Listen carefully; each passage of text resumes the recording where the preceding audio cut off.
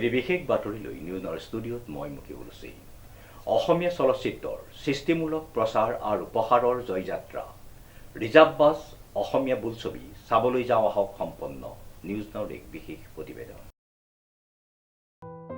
অসমীয়া চলচ্চিত্ৰৰ সৃষ্টিমূলক প্ৰচাৰ আৰু প্ৰসাৰৰ জয়যাত্ৰা ৰিজাৰ্ভ বাছ অসমীয়া বোলছবি চাবলৈ যাওঁ আহক সম্পন্ন। উল্লেখযোগ্য যে সমীৰৰ একক প্ৰচেষ্টাৰে গোলাঘাট জিলাৰ বনগাঁও, ৰঙাগড়া, আলামী আদি অঞ্চলত গ্ৰাম্য অঞ্চলৰ ৰাইজৰ মাজত সজাগতা অনুষ্ঠান সম্পন্ন হৈ যায়।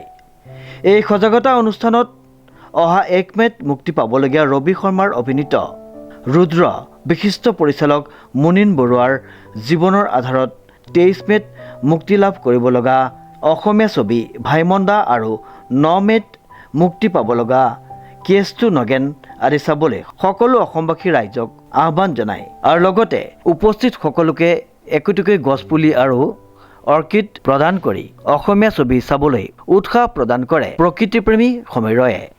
সমীৰয়ৰ ৰিপৰ্ট নিউজ নাও।